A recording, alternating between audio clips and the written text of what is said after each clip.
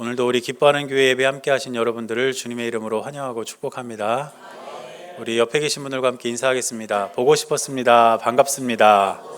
인사하겠습니다.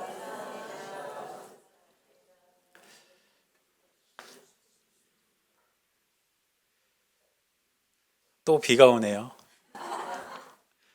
지난 주간도 비가 자주 왔는데 오늘도 또 이렇게 비가 옵니다. 이렇게 비가 오는 날씨 속에서도 우리의 발걸음을 하나님 전으로 인도해 주시고 또 예배 드릴 수 있도록 하나님께서 우리의 삶을 지켜주심에 감사와 찬양과 영광을 드립니다.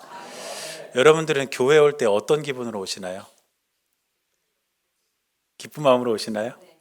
시편 122편 1절 말씀 보니까 이런 말씀이 있어요. 사람이 내게 말하기를 여호와의 집에 올라가자 할 때에 내가 기뻐하였도다. 하나님의 집에 올라가자, 성전으로 가자 했을 때에 기쁜 마음으로 하나님의 성전을 향했다는 것입니다. 저는 여러분들이 교회에 올 때마다 항상 기쁜 마음으로 교회에 올 수 있게 되기를 바랍니다. 오늘같이 비가 오는 날도 오늘은 좀 쉬어야 되겠다 이런 마음이 아니라 오늘도 기쁜 마음으로 하나님 전을 향해야 되겠다 이런 마음으로 우리가 예배하고 또 하나님을 찾는 저와 여러분들의 삶이 될 수 있기를 간절히 바랍니다. 오늘 주보에 기록되어 있는 그 말씀 본문하고 제목과 또 제가 오늘 여러분들과 함께 나누려는 성경 본문과 제목이 좀 다릅니다.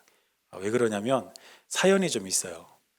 지난주에 서머나 교회를 통해서 우리가 이제 어떤 교회가 되어야 될까 이런 말씀을 나누면서 제가 지난주하고 이번 주는 교회에 대한 말씀을 준비했거든요. 그래서 지난주에는 요한계시록 본문을 통해서 서머나 교회 말씀을 드렸고 오늘은 시편 122편 본문을 통해서 우리 기뻐하는 교회에 기쁨과 평안과 복이 넘쳐나는 그러한 교회가 됐으면 좋겠다 이런 말씀을 제가 미리 이렇게 준비를 하고 있었습니다. 괜찮지 않으세요, 여러분? 우리 교회가 기쁨과 평안과 복이 가득했으면 좋겠다. 괜찮죠? 네, 괜찮아요. 제가 생각해도 괜찮은 것 같아요. 그래서 그런 말씀을 이제 준비하고 설교를 이제 거의 다 어제 이제 마무리를 했는데 시편 122편이 누가 지은 시냐면 다윗이 지은 시입니다. 그래서 다윗이 특별히 성전에 대한 마음이 아주 깊었던 사람이었습니다. 그래서 다윗이 그 성전을 건축하고 싶어 했던 그 마음들 그리고 이제 자기가 성전을 준비하는 그런 것들을 좀 살펴보려고 사무엘하 7장 말씀을 제가 한번 이렇게 읽었어요. 이제 설교를 마무리하면서 이렇게 읽었는데 그 설교를 마무리하면서 사무엘하 7장 말씀을 이렇게 쭉 읽어 나가는데 하나님께서 문득 제 마음에 주신 말씀이 있었습니다. 그게 뭐냐면 고린도전서 3장 16절입니다. 고린도전서 3장 16절 보니까 너희는 너희가 하나님의 성전인 것과 하나님의 성령이 너희 안에 계시는 것을 알지 못하느냐 이런 말씀을 떠오르게 하시면서 그 말씀이 사무엘하 7장 말씀하고 묘하게 겹치는 거예요. 그러면서 제 마음에 어떤 마음이 드냐면 우리 교회 안에 기쁨도 평안도 복도 늘 가득하고 충만해야겠지만 우리 각 사람 한 명 한 명이 하나님께서 세우신 성전인데 우리 한 사람 한 사람이 하나님이 원하시는 사람이 되어야 되지 않을까, 하나님의 뜻을 이루어가는 그런 사람이 되어야 되지 않을까 이런 마음을 하나님께서 계속 제 마음에 주시는 거예요. 그러면서 제 마음에 어떤 고민이 들기 시작했냐면 설교를 다시 해야 되겠다, 다시 준비해야 되겠다 이런 마음을 하나님께서 계속 주시는 거예요. 어제 오후 5시에 있었던 일입니다. 여러분 이게 아무 일도 아닌 것 같지만 이 굉장히 심각한 일이에요. 설교가 뭐 한두 시간 안에 뚝딱 이렇게 나오는 것도 아니고 성경도 이렇게 연구하고 또 여러 가지 자료들도 찾아보고 또 말씀도 묵상하면서 여러분들에게 주신 하나님의 말씀을 제가 대언하는 것 아닙니까? 제 생각을 전하는 게 아니잖아요. 그러니까 꽤 오랜 시간과 꽤 오랜 그런 어떤 그 열정이 좀 필요한 그런 과정인데 어제 오후 5시에 하나님이 계속해서 제 마음에 부어주신 감동은 무엇이냐면 준비한 그 시편 122편이 아니라 사무엘하 7장 말씀을 전하도록 그 마음을 계속 주시는 거예요. 여러분 아직도 잘 이해가 안 되신 것 같은데 이게 진짜 심각한 일이라니까요. 그래서 제가 진짜 고민했습니다. 어떻게 해야 될까? 이미 거의 다 준비했거든요. 설교를 다 준비했는데 하나님 어떻게 해야 됩니까? 그러려면은 목요일이나 뭐 아무리 늦어도 금요일 아침에는 얘기를 해주셔야지 토요일 오후 5시에 그런 마음을 주시면 다시 설교를 어떻게 준비하라는 거예요. 그래서 고민을 하다가 이미 주보까지 다 뽑아 놓은 상태였어요. 그런 상황에서 제가 하나님이 주시는 마음에 순종하기로 결단을 하고 다시 사무엘하 7장 말씀을 묵상하면서 말씀을 다시 준비했습니다. 그래서 오늘 주보에 나와 있는 이 말씀의 본문과 제목이 제가 오늘 전하는 내용과는 좀 다릅니다. 여러분들께서 양해해 주시면 감사하겠습니다. 그래서 오늘 함께 나누고 싶은 말씀은 무엇이냐면, 하나님께서 정말 원하시는 사람은 어떤 사람일까? 저는 처음에 그렇게 생각했어요. 우리 교회에 기쁨과 평안과 복이 좀 가득했으면 좋겠다. 근데 그게 다른 데서 오는 게 아니더라고요. 우리 각 사람 한 사람 한 사람이 하나님이 정말 원하시는 사람이 되면 그런 사람이 모인 곳에는 기쁨도 있고 평안도 있고 복도 있게 될 줄로 믿습니다. 그렇기 때문에 우리가 먼저 생각해야 될 것이 바로 이거예요. 우리가 하나님이 원하시는 사람이 되어야 되겠다. 그래서 오늘 본문을 통해서 하나님께서 원하시는 사람은 과연 어떤 사람인가, 우리가 함께 말씀을 좀 나눠보려고 합니다. 첫 번째로 하나님께서 원하시는 사람은 어떤 사람이냐면 하나님과 동행하는 사람입니다. 오늘 우리가 읽은 본문의 2절 말씀을 보니까 다윗이 한 가지 깊은 고민에 빠졌습니다. 우리 2절 말씀을 다시 한번 제가 읽어보겠습니다. 왕이 선지자 나단에게 이르되 볼지어다 나는 백향목 궁에 살거늘 하나님의 궤는 휘장 가운데에 있도다. 이게 지금 다윗의 깊은 고민이었습니다. 무슨 뜻이냐면 지금 다윗은 이스라엘의 왕으로서 백향목으로 지어놓은 아주 최고의 궁전에 살고 있었다는 거예요. 그런데 나는 이렇게 좋은 집에서 살고 있는데 우리 하나님의 궤는 휘장 가운데 있도다. 초라한 성막 그 안에 하나님의 궤가 들어있었다는 거죠. 그러니까 다윗이 그 마음에 어떤 고민이 드냐면 나는 이렇게 좋은 집에 사는데 우리 하나님은 천막으로 가려놓은 그런 곳에 계시는구나. 이런 마음이 들면서 내가 하나님을 위해서 하나님의 전을 지어야 되겠다. 내가 하나님의 전을 건축해야 되겠다. 이런 마음을 가졌다는 것입니다. 이게 얼마나 기특하고 또 아름다운 마음이겠습니까? 나중에 이제 저희 아이가 뭐 20년, 30년이 되어가지고 하나님의 은혜를 주셔서 돈을 이렇게 많이 벌었어요. 남 집 아들이라고 아멘도 안 하시는데 돈을 많이 벌어가지고 이제 생각하기를 우리 아버지는 평생 동안 목회하면서 집 한 채가 없구나. 근데 나는 이렇게 5층짜리 집에서 살고 있으니 우리 아버지를 위해서 내가 집 한 채를 마련해 드려야 되겠다. 이런 마음을 저희 아이가 가졌다면 이 마음이 별거 아닙니까? 아니면 기특합니까? 기특하죠? 다윗이 바로 그런 상황이에요. 나는 하나님의 은혜로 이스라엘의 왕이 되어서 지금 이렇게 좋은 왕궁에 거하고 있는데 우리 하나님은 정말 초라한 저 천막 안에 계시는데 안 되겠다. 내가 하나님의 전을 지어야 되겠다. 이런 기특한 마음을 가졌다는 거예요. 그런데 여기서 반전이 일어납니다.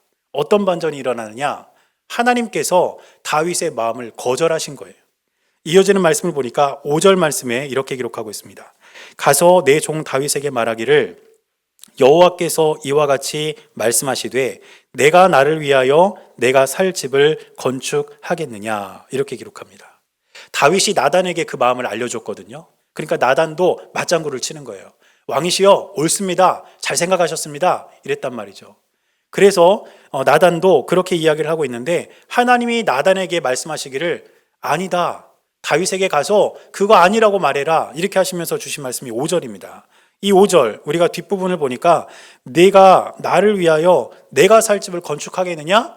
이 말은 무슨 뜻이냐면 야 다윗아, 네가 뭔데 나를 위해서 집을 건축하겠다고 그러는 거야. 나는 하나님인데, 나는 신인데, 이런 뜻이에요. 또 조금 내려가서 7절 말씀을 보니까 또 이렇게 말씀하십니다. 이스라엘 자손과 더불어 다니는 모든 곳에서 내가 내 백성 이스라엘을 먹이라고 명령한 이스라엘 어느 지파들 가운데 하나에게 내가 말하기를 너희가 어찌하여 나를 위하여 백향목집을 건축하지 아니하였느냐고 말하였느냐. 이게 무슨 말일까요? 다윗아, 잘 생각해봐. 내가 지금까지 지내오는 동안에 내가 어떤 지파에게, 어떤 사람에게 왜 내 집 안 지었냐고 그렇게 말한 적이 있느냐?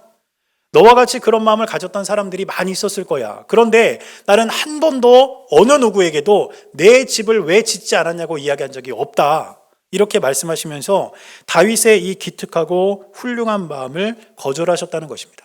그런데 하나님의 성전을 짓겠다는 이 다윗의 마음 속에는 물론 하나님께 대한 진심이 담겨 있겠지만 하나님의 궤가 거하는 성막과 성전은 완전히 다릅니다. 왜 다르냐면 성막이라는 것은 이동식 성소였어요. 그래서 이스라엘 백성들이 광야를 유랑할 때에 그 성막을 싸가지고 다니면서 잠시 어느 곳에 이렇게 머물게 되면 성막을 칩니다. 그리고 그 성막에 하나님의 궤를 안치하고 그 성막을 중심으로 진을 이루어 가지고 거기서 머물게 되는 것이죠.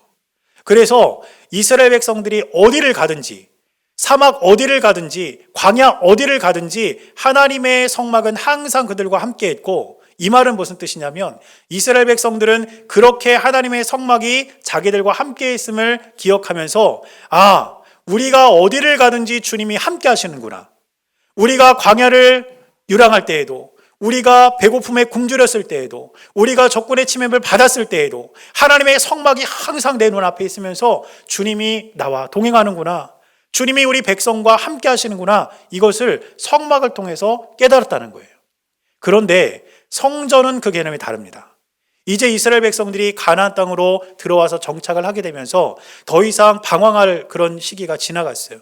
그러면서 이제 다윗도 하나님의 성전을 짓고자 했던 것인데, 성전을 지어놓고 그 안에 하나님의 궤를 안치해 둔다는 것은 그곳에 와야만 하나님을 만날 수 있다는 것을 은연중에 생각하게 된다는 것이에요. 다른 곳에서는 일상을 살아갑니다. 그러면서 하나님을 때로는 잊고 살아갈 수도 있겠죠. 그러나 하나님을 찾게 될 그날이 오면 성전으로 오는 거예요. 그래서 성막은 항상 우리와 함께 하시는 하나님을 그들에게 알게 했다면, 성전은 내가 하나님의 성전을 찾아야만 마치 그곳에 가두어둔 하나님을 만나는 것과 같은 그런 마음을 가질 수 있었다는 것이죠. 하나님이 성전을 거절하신 이유를 우리는 깨달아야 합니다. 하나님은 우리에게 원하시는 것이 무엇이냐면, 내가 너희와 항상 함께하고 있다는 것을 너희는 알아야 한다. 성막을 휘황찬란하게 지어놓고 거기에 나를 가둬둔 다음에 너희들이 일상을 마음대로 살다가 내가 필요할 때만 성전에 와서 나에게 이야기하고 나를 만나고 그러는 것을 나는 원하지 않는다. 이것이 성전을 거절했던 하나님께서 가지셨던 마음이라는 것입니다. 사랑하는 여러분, 저는 저와 여러분들의 삶 가운데 항상 하나님과 동행하는 믿음의 삶이 있게 되기를 바랍니다. 그것이 우리 주님께서 우리에게 원하시는 것이고, 그것이 바로 하나님이 원하시는 신앙의 참된 모습임을 우리는 분명히 기억해야 될 줄로 믿습니다. 물론 시대가 많이 지났고 이제는 곳곳에 교회가 지어져 있습니다. 그러나 우리의 마음만큼은, 우리의 정신만큼은 일주일 동안 하나님과 전혀 상관없는 삶을 살다가 주일이 되었을 때에 우리가 교회에 와서 하나님께 예배하고 다시 일상으로 돌아가는 것이 아니라, 일상 속에서도 우리 하나님을 늘 기억하면서 주님과 동행하는 믿음의 삶을 살아가는 저와 여러분들의 삶이 될 수 있기를 주님의 이름으로 간절히 축원합니다. 두 번째로 하나님께서 원하시는 사람은 어떤 사람이냐면 하나님의 나라를 바라보는 사람입니다. 오늘 우리가 읽은 본문 중에 8절부터 16절까지 기록된 이 본문은 우리가 다윗 언약이라고 부르는 내용입니다. 그래서 이 내용이 이제 하나님께서 다윗에게 약속하신 내용인데, 이 내용의 핵심이 뭐냐면 전적인 하나님의 권능으로 시작된 이스라엘의 왕위가 결코 패하게 되지 않을 것이라는 약속을 하나님께서 이 본문을 통해서 해주신 거예요. 그래서 8절부터 16절까지 말씀을 이렇게 쭉 읽어보면 하나님께서 다윗에게 주신 약속들이 곳곳에 이렇게 들어있는 것을 볼 수가 있습니다. 그런데 이 다윗 언약에 담겨있는 말씀 중에 특별히 12절과 13절 말씀을 보면 이 말씀은 솔로몬을 향한 말씀으로 이해되는 그런 구절입니다. 우리 12절과 13절을 제가 한번 읽어보겠습니다. 내 수완이 차서 내 조상들과 함께 누울 때에 내가 내 몸에서 날 내 씨를 내 뒤에 세워 그의 나라를 견고하게 하리라. 그는 내 이름을 위하여 집을 건축할 것이요 나는 그의 나라 왕위를 영원히 견고하게 하리라. 이 약속을 하나님이 다윗에게 주셨을 때에 이 말씀은 솔로몬에게서 성취된 하나님의 말씀으로 이해하는 것이 성경을 보는 그런 바른 관점입니다. 그래서 오늘 12절 말씀을 보니까 내 수완이 차서, 즉 다윗의 때가 다 지나가서 이제 다윗이 하나님께로 돌아갔을 때에 내 몸에서 날 내 씨를 내 뒤에 세워, 그러니까 솔로몬을 의미한다는 것이죠. 그리고 그의 나라를 견고하게 할 것이다.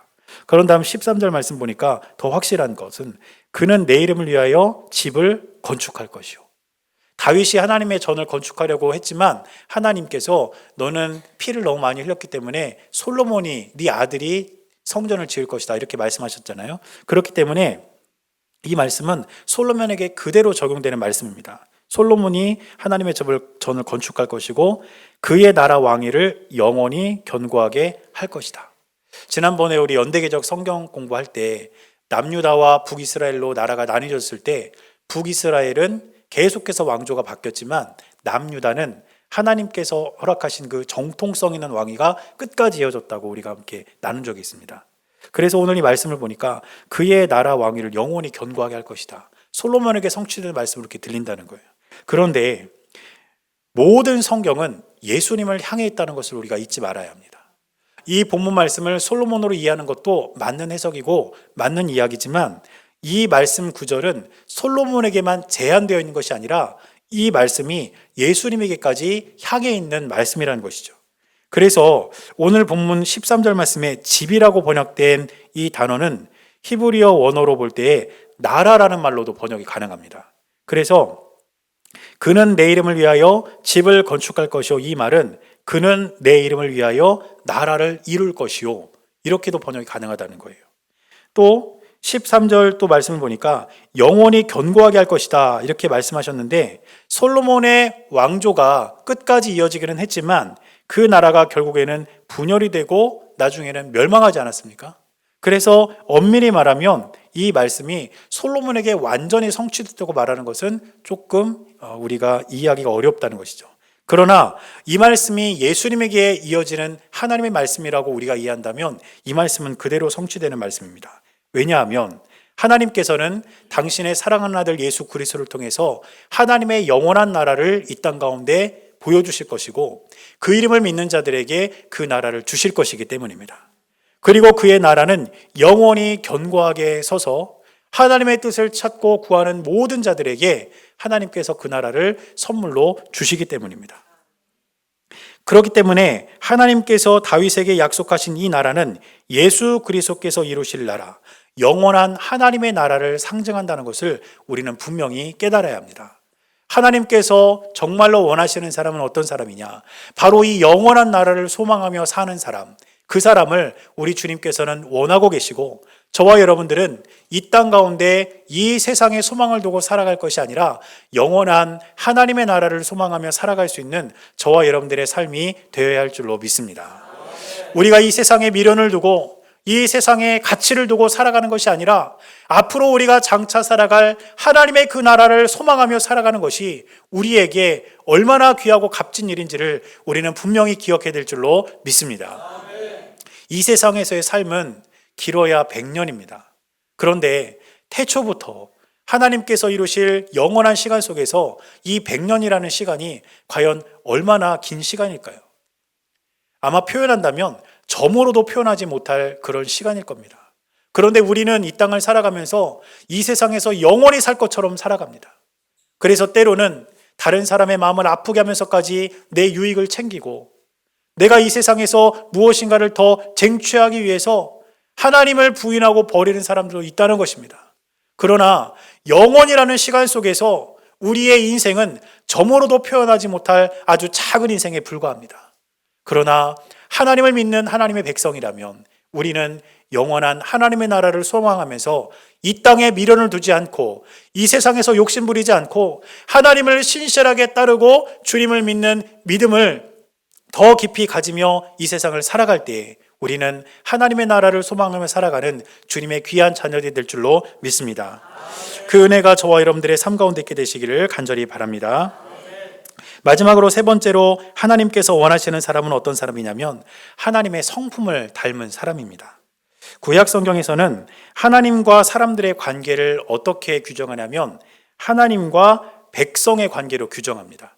그래서 하나님은 항상 나는 너희들의 하나님이 되고 너희들은 내 백성이 될 것이다. 이렇게 사람과 하나님의 관계를 규정했다는 거예요. 대표적인 말씀이 레위기 26장 12절입니다. 말씀을 보니까 이렇게 기록하고 있습니다. 나는 너희 중에 행하여 너희의 하나님이 되고 너희는 내 백성이 될 것이니라. 이게 하나님과 사람 사이의 관계예요. 하나님과 백성. 이게 바로 그 관계입니다. 그리고 오늘 본문도 보면 이 관계가 여지없이 드러나고 있는데 7절 말씀을 보니까 이스라엘 자손과 더불어 다니는 모든 곳에서 내가 내 백성 이스라엘을 먹이라고 명령한, 이렇게 나와요. 내 백성 이스라엘. 또 8절에도 보니까요, 뒷부분 보면 내 백성 이스라엘의 주권자로 삼고, 여기도 역시 내 백성이라고 나오죠. 또 조금 내려가서 10절 말씀 앞부분을 보니까 내가 또 내 백성 이스라엘을 위하여 한 곳을 정하여, 여기도 백성입니다. 또 11절에도 내가 사사에게 명령하여 내 백성 이스라엘을 다스리던 때와 같이 아니하게 하고, 이렇게 항상 이스라엘을 향해서 내 백성, 내 백성, 내 백성, 이렇게 말씀하시는 것이 하나님과 사람의 관계를 규정하는 성경의 말씀이었다는 것입니다. 그런데 오늘 우리가 읽은 본문의 말씀을 보면 14절의 말씀에서 이 관계가 완전히 달라집니다. 어떻게 달라지냐면 이렇게 기록합니다. 나는 그에게 아버지가 되고 그는 내게 아들이 되리니 그가 만일 죄를 범하면 내가 사람의 매와 인생의 채찍으로 징계하려니와. 물론 구약 성경에도 보면 하나님과 사람의 관계를 아버지와 아들의 관계로 표현하고 있는 곳이 있습니다. 그런데 오늘 이 본문이 바로 그 관계를 나타내는 처음 표현이라는 거예요. 하나님과 사람들의 관계를 아버지와 아들로 규정하는 첫 표현이 바로 오늘 우리가 읽은 이 본문에서 시작되는 것입니다. 사랑하는 여러분, 우리는 하나님의 백성이기도 하지만 아들, 즉 하나님의 자녀이기도 한다는 것을 우리는 분명히 알아야 합니다. 백성과 자녀는 완전히 다릅니다. 백성은 통치의 대상이지만 자녀는 사랑의 대상입니다. 하나님께서 내가 너를 나의 아들로 삼았다, 내가 너를 나의 딸로 삼았다 말씀하시는 것은 내가 너를 사랑한다, 내가 너를 책임지마, 내가 너와 늘 함께하겠다, 이것이 바로 자녀를 향한 하나님의 선언이라는 것을 우리는 반드시 기억해야 될 줄로 믿습니다. 그런데 하나님의 자녀가 되는 것은 어떻게 가능할까요?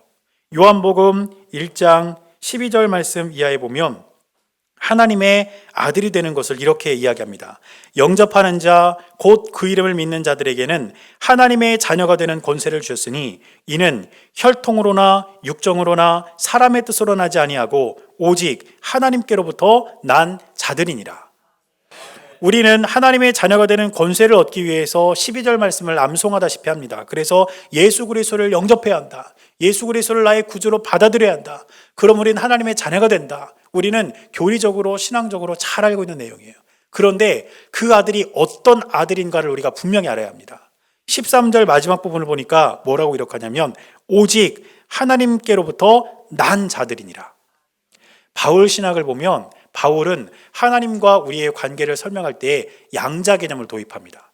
무슨 뜻이냐면 원래는 하나님의 아들이 아니었다는 거예요. 근데 하나님과 전혀 상관없던 그 사람을 양자로, 내 아들로 삼았다는 것이죠. 그게 바울 신학에서 말하는 하나님과 자녀의 관계입니다. 그런데 요한이 말하는 하나님과 자녀의 관계는 어떤 관계냐면 양자가 아니에요. 완전히 다른 사람을 내 아들로 그냥 데려와서 인정하는 게 아니라 내가 직접 낳은 아들인 거예요. 그래서 오늘 말씀도 보니까 마지막에 하나님께로부터 난 자들이니라. 여러분, 하나님께로 난 자들이라는 것이 양자와 다른 것이 무엇일까요? 하나님을 닮은 것 아닙니까? 저도 저의 아들을 보면 제가 낳았잖아요. 물론 이제 제가 낳은 건 아니지만 이제 낳은 아들이잖아요. 그러면요, 가끔 이렇게 보면은 닮은 게 보여요. 어떤 분은 저한테 그러더라고요. 목사님 뒤통수하고 은서 뒤통수하고 똑같대요. 그리고 성격도 보면요, 제 성격 이렇게 보일 때가 있어요.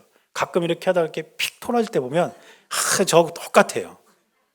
이게 낳은 아들이에요. 근데 만약에 제가 뭐 양자를 드린다고 해서 혹시 입양을 한다고 해서 제가 아들을 이렇게 데려왔다고 하더라도 그 아들에게는 저에게 보이지 않는 것이 보일 수도 있고 저에게 있는 것이 안 보일 수도 있는 거 아닙니까?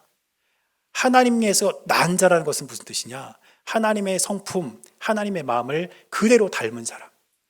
그 사람이 바로 하나님께서 원하시는 사람이고, 저와 여러분들이 그렇게 하나님의 성품을 닮아갈 때에 우리는 주님의 뜻을 이루는 하나님의 귀한 자녀들이 될 줄로 믿습니다.